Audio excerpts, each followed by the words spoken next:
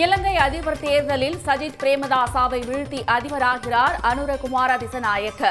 கொழும்புவில் நாளையே பதவியேற்பு விழா நடைபெறும் என தகவல்.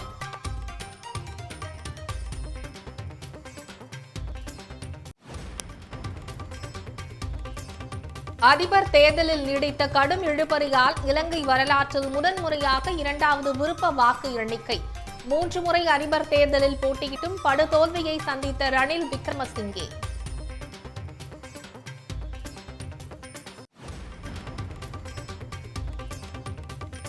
கிண்டி ரேஸ் கிளப் நிலம் பசுமை பூங்காவாக மாற்றம் பெறுகிறது. 118 ஏக்கர் பரப்பளவில் பூங்கா பசுமை வெளி அமைக்கப்படும் என தமிழ்நாடு அரசு அறிவிப்பு.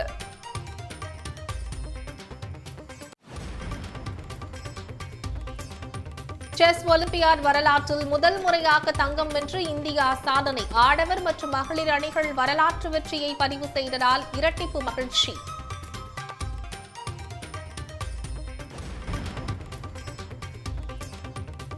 இந்திய கடல் எல்லைக்குள் அத்துமீறி நுழைந்து 37 தமிழ்நாடு மீனவர்கள் சிறைபிடிப்பு. இலங்கையிலிருந்து மீனவர்களை மீட்க வலியுறுத்தி பூம்புகாரில் காலவரையற்ற வேலை நிறுத்தம்.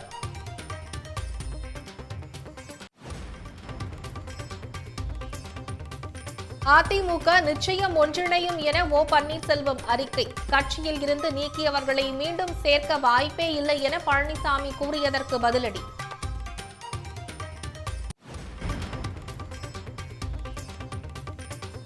ஆந்திர முன்னாள் முதலமைச்சர் ஜெகன்மோகன் வீட்டின் மீது பாஜகவினர் கல்வீசி தாக்குதல்.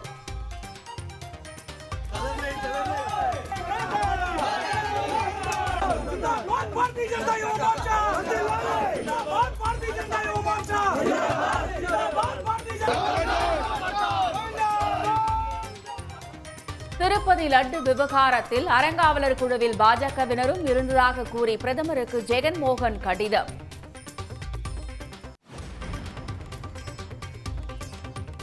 கேரள அரசை கண்டித்து தமிழ்நாடு எல்லையில் விவசாயிகள் போராட்டம்.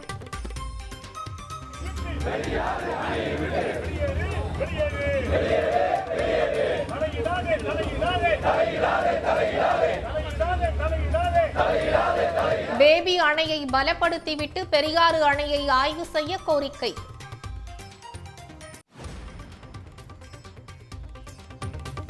அம்பா சமுத்திரத்தில் லேசான நில அதிர்வு உணரப்பட்டதாக கூறி மக்கள் பீதி. கொடைக்கானல் அருகே நிலத்தில் 300 அடிக்கு ஏற்பட்ட பிளவு குறித்து அதிகாரிகள் நாளை ஆய்வு.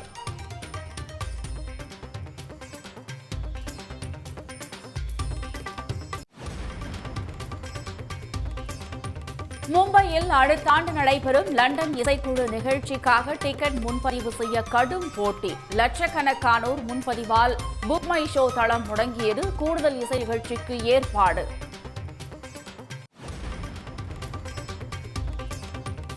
வங்கதேச அணிக்கு எதிரான சென்னை டெஸ்ட் கிரிக்கெட் போட்டியில் இந்திய அணி அபார வெற்றி. 280 ரன்கள் வித்தியாசத்தில் வாகை சூடியது. இலங்கை கடற்படையினரின் தொடர் அட்டூழியத்தை கண்டித்து பூம்புகார் மீனவர்கள் காலவரையற்ற வேலைநிறுத்தத்தில் ஈடுபட்டுள்ளனர். அரசியல் கட்சி தலைவர்களும் இலங்கை அரசுக்கு கண்டனம் தெரிவித்து வருகின்றனர். இலங்கை அதிபர் தேர்தலுக்கிடையே தமிழ்நாட்டு மீனவர்களுக்கு மொட்டையடித்தது, 37 மீனவர்களை சிறைபிடித்தது என அந்த நாட்டு கடற்படை தொடர் அட்டூழியத்தில் ஈடுபட்டு வருகிறது. நாகை, மயிலாடுதுறை மாவட்டங்களைச் சேர்ந்த 37 மீனவர்கள் இலங்கை சிறையில் உள்ள நிலையில் அவர்களது குடும்பத்தினர் சோகத்தில் மூழ்கியுள்ளனர். மீனவர்களை விடுவிக்க கோரியும் நிரந்தர தீர்வு காண ஒன்றிய அரசை வலியுறுத்தியும் பூம்புகார் மீனவர்கள் வேலை நிறுத்தத்தில் இறங்கியுள்ளனர். தாங்கள் இந்திய எல்லைக்குள் மீன்பிடித்துக் கொண்டிருந்த போது இலங்கை கடற்படையினர் அத்துமீறி நுழைந்து கைது நடவடிக்கையில் ஈடுபட்டதாக தப்பி வந்த மீனவர்கள் தெரிவித்தனர். இலங்கை போட்டு லைன்ல வந்தாங்க. அது எங்கள் பிரேதம் தான் எங்கே இருக்குன்னு கேட்டாங்க. நாங்கள் பாயிண்ட் சொன்னோம், நீங்கள் எங்கள் எல்லையை விட்டு ரொம்ப உங்கள் எல்லை உள்ள இருக்கீங்க, நீங்கள் போயிட்டீங்கன்னா எங்களால் அந்த பிரேதத்தை எடுக்க முடியாது, நீங்கள் கொஞ்ச நேரம் அங்கே பிடிச்சிருங்க, நாங்கள் எடுத்துக்கிறோன்னு சொன்னாங்க. நேவி வரும்போது தான் நாங்கள் கேட்டோம், இந்த மாதிரி நேவி வருது, என்ன ரொம்ப உள்ளே வர மாதிரி இருக்குது, எங்கள் எல்லையில் வர மாதிரி இருக்குன்னு கேட்டோம். முல்லை பெரியாறு அணை பிரச்சனையில் கேரள அரசு அரசியல்வாதிகள் மற்றும் சமூக ஆர்வலர்களை கண்டித்து இரு மாநில எல்லையில் தமிழ்நாடு விவசாயிகள் போராட்டத்தில் ஈடுபட்டனர். பெரியாறு வைகை பாசன விவசாய சங்கத்தினர் கூடலூர் அருகே உள்ள லோயர் கேம்ப் பெனிக்விக் மணிமண்டபம் அருகே தேனி கொல்லம் தேசிய நெடுஞ்சாலையில் மறியல் போராட்டத்தில் ஈடுபட்டனர். 2014ஆம் ஆண்டு உச்சநீதிமன்றம் வழங்கிய தீர்ப்பின் அடிப்படையில் பேபி அணையை பலப்படுத்திவிட்டுதான் பெரியாறு அணையை ஆய்வு செய்ய வேண்டும் என அவர்கள் வலியுறுத்தினர். பெரியாறு அணை நீர் தேங்கும் பகுதிக்குள் ஆனவச்சால் கார் பார்க்கிங் பகுதி இருக்கும் நிலையில் போலியான அறிக்கை வெளியிட்ட சர்வே ஆஃப் இந்தியாவை கண்டித்து முழக்கம் எழுப்பினர். கேரள மாநிலத்தை நோக்கி பேரணியாக செல்ல முயன்ற போராட்டக்காரர்களை போலீசார் தடுத்து நிறுத்தியதால் இரு தரப்பினருக்கும் இடையே கடும் வாக்குவாதம் ஏற்பட்டது. அப்ப 3 விஷயம் இருக்கு எங்களுக்கு. அணையை ஆய்வு செய்யக்கூடாது, பேபி அணையை பலப்படுத்தி விட்டு தான் அணையை ஆய்வு செய்ய வேண்டும். ஒன்று. இரண்டாவதாக சர்வே ஆஃப் இந்தியா ஆனவச்சால் கார் பார்க்கிங் கொடுத்த விஷயத்தில் கொடுத்த தீர்ப்பு முற்றிலும் போலியானது, விரோதமானது. கேரள மாநில அரசு கிட்ட பணத்தை வாங்கிட்டு கொடுத்த தீர்ப்பு இதுதான். இதெல்லாம் கண்டிச்சு என்ன செய்யணும், அணைக்குள்ள என்ன செய்யக்கூடாது, தேசிய அணைகள் பாதுகாப்பு ஆணையம் வரக்கூடாது. இதுதான் எங்களுடைய நோக்கம். அதுக்கு தான் இந்த போராட்டம். இதனிடையே முல்லைப் பெரியாறு அணை விவகாரத்தில் கேரள அரசை கண்டித்து போராட்டக்காரர்கள் தொடர் முழக்கங்களை எழுப்பினர். மேலும் கேரள அரசியல்வாதிகளையும் விஷம பிரச்சாரம் செய்யும் சமூக ஆர்வலர்களையும் எதிர்த்து கண்டனம் தெரிவிக்கப்பட்டது. செஸ் ஒலிம்பியாட் வரலாற்றில் முதன்முறையாக இந்திய அணி 2 தங்கங்களை வென்று அசத்தியுள்ளது. 45வது செஸ் ஒலிம்பியாட் போட்டி ஹங்கேரி தலைநகர் புடாபெஸ்டில் நடைபெற்றது. இதில் 10 சுற்றுகளின் முடிவில் 19 புள்ளிகளுடன் இந்தியா புள்ளிப்பட்டியலில் முதலிடத்தில் இருந்தது. இதனிடையே இறுதிச் சுற்றுக்கான போட்டியில் ஸ்லோவேனியா அணியுடன் இந்தியா மோதியது. இதில் ஸ்லோவேனியா அணியை இந்திய அணி சமன் செய்ததால் புள்ளிகளின் அடிப்படையில் குகேஷ் பிரக்ஞானந்தா, அர்ஜுன் எரிகைசி, விதித் குஜராத்தி, ஹரி கிருஷ்ணா, ஸ்ரீநாத், நாராயணன் ஆகியோர் அடங்கிய இந்திய அணி தங்கம் வென்றது. கடந்த முறை சென்னையில் நடைபெற்ற 44வது செஸ் ஒலிம்பியாட்டில் இந்தியா வெண்கலம் வென்றது குறிப்பிடத்தக்கது. இதேபோல் செஸ் ஒலிம்பியாட் போட்டியில் இந்திய மகளிர் அணியும் தங்கம் வென்று அசத்தியுள்ளது. இறுதிச் சுற்றில் அஜர்பைஜான் அணியை வீழ்த்தி திவ்யா, ஹரிகா, வன்டிகா அடங்கிய இந்திய மகளிர் அணி தங்கத்தை தட்டிச் சென்றது. சென்னையில் பிரபலமடைந்து வரும் சொகுசு கார்கள் கண்காட்சியில் ஏராளமான இளைஞர்கள் ஆர்வமுடன் கலந்து கொண்டு விதவிதமான தொழில்நுட்பங்கள் குறித்து கேட்டறிந்தனர். இதுகுறித்த சிறப்பு தொகுப்பை தற்போது பார்க்கலாம்.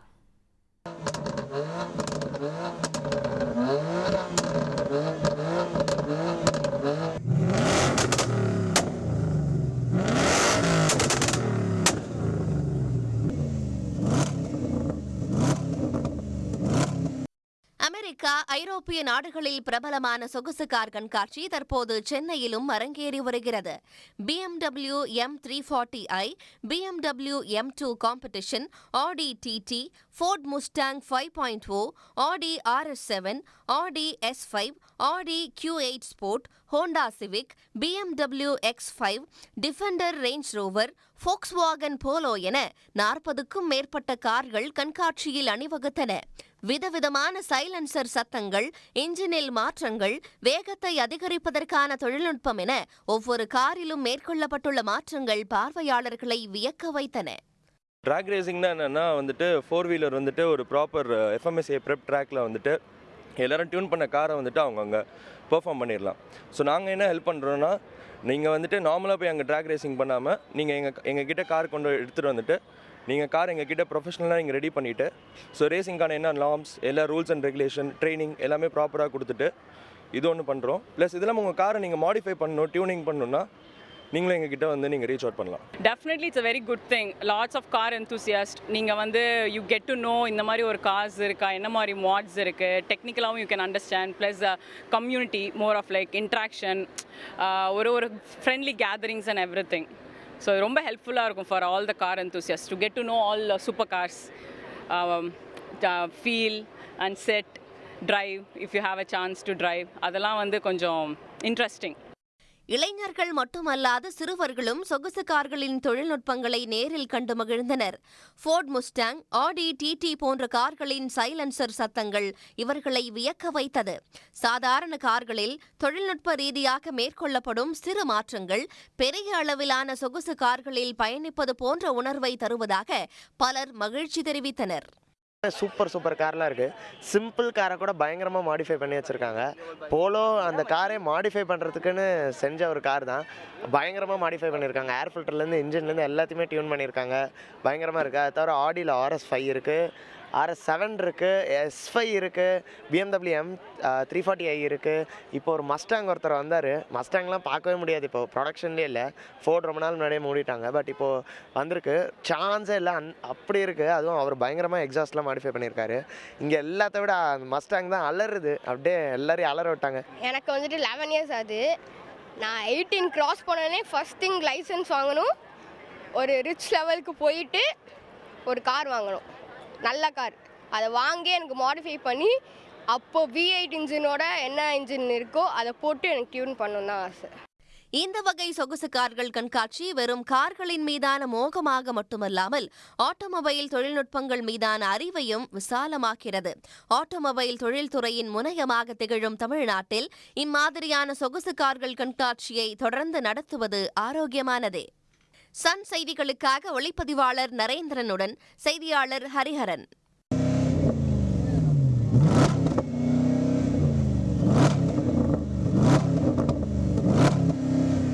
மன்னார்குடி அருகே தண்ணீரின்றி கருகிய சம்பா பயிர்கள் சன் நியூஸ் எதிரொலியாக உயிர் பெற்றுள்ளதாக அப்பகுதி விவசாயிகள் மகிழ்ச்சி தெரிவித்துள்ளனர். மன்னார்குடி சுற்று வட்டாரத்தில் 2,53,000 ஏக்கரில் சம்பா நேரடி விதைப்பு பணிகளை விவசாயிகள் மேற்கொண்டுள்ளனர்.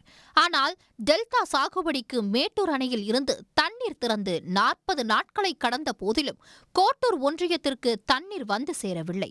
இதனால் ஏமாற்றமடைந்த விவசாயிகள் குடத்தில் தண்ணீர் எடுத்து வந்து வயல்களில் தெளித்து சம்பா பயிரை காப்பாற்றியது தொடர்பாக சன் நியூஸில் அண்மையில் செய்தி ஒளிபரப்பானது.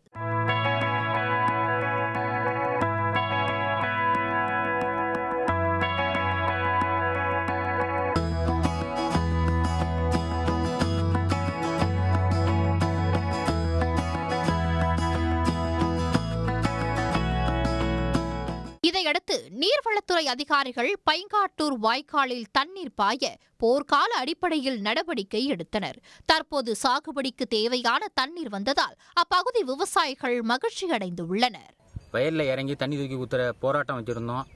இதன் காரணமாக அரசு அதிகாரிகளும் நீர்வளத்துறை அதிகாரிகளும் விரைந்து செயல்பட்டு எங்கள் ஊருக்கு வேண்டிய தண்ணீரையும் மற்றும் சுற்று கிராமங்களுக்கு தேவையான அளவு தண்ணீரையும் கொடுத்திருக்கிறார்கள்.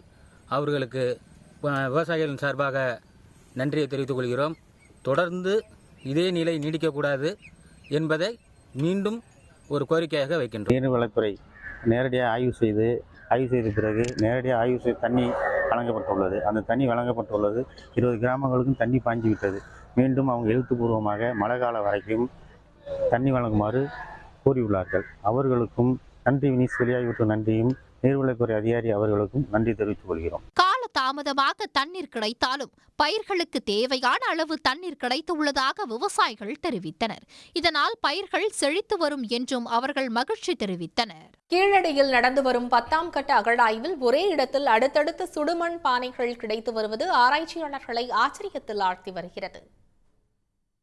கீழடியில் கடந்த ஜூன் 18ஆம் தேதி முதல் 10ஆம் கட்ட அகழாய்வு பணிகள் நடந்து வருகின்றன. அங்கு இதுவரை 8 குழிகள் தோண்டப்பட்டு தந்தத்தில் செய்யப்பட்ட ஆட்டக்காய், மீன் உருவ பானை ஓடுகள், தாய் என்ற தமிழை எழுத்து கொண்ட பானையோடு, சுடுமண் குழாய், பாசி, மணிகள் உள்ளிட்டவை கண்டெடுக்கப்பட்டன. கீழடியில் சுடுமண் பானைகள் கண்டறியப்படுவது வழக்கமாக இருந்தாலும் 10ஆம் கட்ட அகழாய்வில் ஒரே இடத்தில் அதிகமான சுடுமண் பானைகள் கிடைத்து வருகின்றன. குறிப்பாக 5 பெரிய அடர் சிவப்பு நிற பானைகள், 20க்கும் மேற்பட்ட சிறிய ரக பானைகள் கிடைத்துள்ளன. மேலும் சரிந்த கூரை ஓடுகள், கொட்டகை அமைப்பதற்கான துளைகளும் கண்டறியப்பட்டுள்ளன. எனவே அந்த பகுதியில் குடியிருப்புகள் இருந்ததற்கான சான்றுகள் அதிக அளவில் இருப்பதாக ஆய்வாளர்கள் தெரிவித்தனர். அவங்க பயன்படுத்திய ஓடு, மண், அவங்களுடைய தண்ணி காவாய் திட்டம், அதெல்லாம் எந்த மாதிரிலாம் இருந்திருக்கு, அதெல்லாம் அவங்களுடைய கலாச்சாரம், வாழ்வியல் முறை கட்டிடக்கலை எப்படி இருக்கு அப்படின்றத நம்மளால பார்க்க முடியுது. அன்னைக்கு இருக்கிறத இன்னைக்கு பார்க்க முடியுமா? ஆனால் பட்டினப்பாளையிலலாம் நம்ம பார்த்துருக்கோம். அதாவது அவங்க அந்த வீட்டு மேலே எந்த அளவுக்கு பெரிய கூரை இருந்தது, அதெல்லாம் பட்டினப்பாளையில் நம்ம பார்த்துருக்கோம். ஆனால் அந்த இதை இங்கே கண்ணால் பார்க்க முடிஞ்சது எனக்கு ரொம்ப ரொம்ப சந்தோஷமாக இருக்குது. 10ஆம் கட்ட அகழாய்வில் கிடைத்த சுடுமண் பானைகள் ஒரு சிலவற்றில் கலைநயம் மிக்க வட்டக்கோடுகள் மற்றும் வடிவமைப்புகள் காணப்படுகின்றன. வடிவம், அளவுகளில் இந்த பானைகள் மாறுபட்டு இருப்பதால் ஆய்வாளர்கள் ஆச்சரியமடைந்துள்ளனர். வழக்கமாக செப்டம்பரில் ஆய்வுகள் நிறைவடையும் நிலையில் தாமதமாக தொடங்கியதால் அக்டோபர் வரை நீடிக்க வாய்ப்பு இருப்பதாக தெரிகிறது. வருகிறது. அதிமுகவிலிருந்து நீக்கியவர்களை மீண்டும் சேர்க்க வாய்ப்பே இல்லை என எடப்பாடி பழனிசாமி கூறிய நிலையில் அதிமுக நிச்சயம் ஒன்றிணையும் என ஓ பன்னீர்செல்வம் பதிலடி கொடுத்துள்ளார். சென்னை மதுரவாயலில் நடைபெற்ற அண்ணா பிறந்தநாள் விழா பொதுக்கூட்டத்தில் அதிமுக பொதுச் செயலாளர் எடப்பாடி பழனிசாமி கலந்து கொண்டார். அப்போது பேசிய அவர், அதிமுகவில் தனக்கு எதிராக யாரும் இல்லை என்றார். பொதுக்குழு முடிவின்படி ஓ பன்னீர்செல்வம் உட்பட 4 பேர் நீக்கப்பட்டது இறுதி முடிவு எனவும் திட்டவட்டமாக கூறினார். இதற்கு பதிலடியாக அறிக்கை வெளியிட்டுள்ள ஓ பன்னீர்செல்வம், அதிமுக ஒன்றுபடும் எனவும் அதிமுக மீண்டும் ஆட்சி அமைக்கும் என்றும் பதிலடி கொடுத்துள்ளார். சென்னை பட்டினப்பாக்கத்தில் கடல் சீற்றம் காரணமாக ஏற்பட்ட மண் அரிப்பால் கரையோரமாக உள்ள வீடுகள் சேதமடைந்துள்ளன. பட்டினப்பாக்கத்தில் உள்ள ஸ்ரீனிவாசபுரம் கரையோரமாக 500க்கும் மேற்பட்ட குடியிருப்புகள் உள்ளன. கடந்த ஒரு வாரமாக கடல் சீற்றமாக காணப்படும் நிலையில் இரவு நேரங்களில் கடல் சீற்றத்துடன் தாக்கம் அதிகமாக உள்ளது. இந்நிலையில் பட்டினப்பாக்கம் கடற்கரை பகுதியில் மணல் அரிப்பு ஏற்பட்டு சுமார் 50 மீட்டர் தொலைவுக்கு கடல் நீர் வெளியேறியது. இதனால் கடலோரம் அமைந்துள்ள பல வீடுகள் அலையின் சீற்றத்தில் இடிந்து சேதமடைந்துள்ளன. 2018ஆம் ஆண்டிலும் இதேபோல கடல் சீற்றம் ஏற்பட்டு சில வீடுகள் நொறுங்கியதாகவும் அங்கு வசித்த பெண்கள் தெரிவித்தனர். இந்த தண்ணி ஒரு 4 வருஷத்துக்கு முன்ன தண்ணி வந்து வீட்டு வரைக்கும் வந்தது. கொஞ்சம் சேதம் ஆகி போயிடுச்சு. நாங்கள் இருந்தோம் இங்கே தான். இப்போ இதுதான் இந்த மாதிரி இந்த ஒரு வாரமாக தான் அலையடிச்சு வீடெல்லாம் தண்ணி வந்துடுச்சு. ரொம்ப கஷ்டப்படுறோம். இந்த விநாயகர் சதுர்த்தி வந்தால் அந்த மண்மோடு தான் விடும், இந்த சைடு வராது. ஆனால் இப்போ கடல் சீற்றம் அதிகமாக இருக்குது, கடல் சொரப்பாக இருக்குது. அப்படின்றதுனால ரொம்ப பாதிப்பாக இருக்குது. வச்ச மரமே உழுந்து போச்சு கீழே. நாங்கள் வச்ச மரமே கீழே உழுந்து போச்சு. அப்படின்னும் போது யாருமே வந்து பார்க்கறதுக்கும் ஆளே இல்லை. மெரினா, பட்டினப்பாக்கம் உள்ளிட்ட இடங்களில் கடல் சீற்றத்தின் தாக்கம் அதிகமாகி மணல் அரிப்பு ஏற்பட்டு உள்ளதால் மீனவர்கள் தங்களது படகுகளை பாதுகாப்பான இடங்களில் மாற்றி வைத்துள்ளனர். கேரளாவின் வைக்கத்தில் புனரமைக்கப்பட்டுள்ள தந்தை பெரியார் நினைவகம் விரைவில் மக்கள் பயன்பாட்டிற்கு வரவுள்ள நிலையில் அவரது தியாகத்தை அறிந்து கொள்ளும் வகையில் நடவடிக்கை எடுத்த தமிழ்நாடு அரசுக்கு பெரியாரிய உணர்வாளர்கள் பாராட்டு தெரிவித்துள்ளனர். பெரியார் நினைவகத்தில் என்னென்ன மாற்றங்கள் நடந்தன என்பது குறித்து இந்த செய்தி தொகுப்பில் காணலாம். கேரள மாநிலம் வைக்கத்தில் உள்ள வைக்கத்தப்பன் கோவில் வீதிகளில் தாழ்த்தப்பட்ட மக்கள் நடக்கக்கூடாது என போடப்பட்ட தடையை எதிர்த்து 1927இல் அங்கு பல்வேறு போராட்டங்கள் நடைபெற்றன. தமிழ்நாட்டில் இருந்து தந்தை பெரியார் வைக்கம் சென்று அந்த போராட்டத்தை தலைமை ஏற்று நடத்தினார். அதன் நினைவாக 1985ஆம் ஆண்டு கேரள அரசு வழங்கிய நிலத்தில் தமிழ்நாடு அரசின் சார்பில் வைக்கத்தில் தந்தை பெரியார் நினைவகம் அமைக்கப்பட்டது. அங்கு பெரியார் பயன்படுத்திய பொருட்கள், அவருடைய வாழ்க்கை வரலாறு குறித்த புகைப்படங்கள் வைக்கப்பட்டிருந்தன. கடந்த ஆண்டு கேரளாவில் நடைபெற்ற வைக்கம் போராட்ட 100ஆண்டு விழாவில் பங்கேற்று பேசிய தமிழ்நாடு முதலமைச்சர் மு க ஸ்டாலின் 8,14,00,000 ரூபாய் மதிப்பீட்டில் பெரியார் நினைவகம் புனரமைப்பு செய்யப்படும் என அறிவித்தார். இதையடுத்து பெரியார் நினைவகத்தின் புதிய நுழைவாயில், பிரம்மாண்ட நூலகம், புகைப்படங்கள், ஆவணங்கள் வைக்கப்பட்டுள்ள அருங்காட்சியகம், குழந்தைகள் விளையாடுவதற்கான விளையாட்டுப் பூங்கா, திறந்தவெளி அரங்கம் ஆகியவை அமைக்கப்பட்டுள்ளன. 95% பணிகள் நிறைவடைந்த நிலையில் விரைவில் பெரியார் நினைவகத்தை பொதுமக்கள் காண அனுமதிக்கப்பட உள்ளனர். பெரியாரின் தியாகத்தை வெளி மாநிலம் மட்டுமின்றி வெளிநாட்டு சுற்றுலாப் பயணிகளும் அறிந்து கொள்ளும் வகையில் நடவடிக்கை எடுத்த தமிழ்நாடு அரசுக்கு பாராட்டுகள் குவிந்து வருகின்றன. பெரியார் பேரில் ஒரு நூலகமும் பின்னாடி குழந்தைகள் விளையாடுவதற்கு ஒரு இடம் ஒதுக்கி விட்டுருக்காங்க. விளையாட்டு பொருட்கள்லாம் வச்சுருக்காங்க. நல்லா ரொம்ப அழகாக செய்திருக்காங்க. இது தொடர்ந்து ஒவ்வொரு ஆண்டுமோ இல்லை நினைவு நாட்களிலோ இல்லை பிறந்தநாள்லையோ பொதுமக்கள் கூடுறதுக்கும் இல்லை உணர்வாளர்கள் தங்குறதுக்கும் பார்க்குறதுக்கும் வசதியை ஏற்படுத்துகிற அளவுக்கு ரொம்ப ஒரு நினைவு ஒரு டூரிஸ்ட் பிளேஸ் அளவுக்கு கொண்டு வந்திருக்காங்க. ரொம்ப சிறப்பாக செஞ்சுருக்காங்க.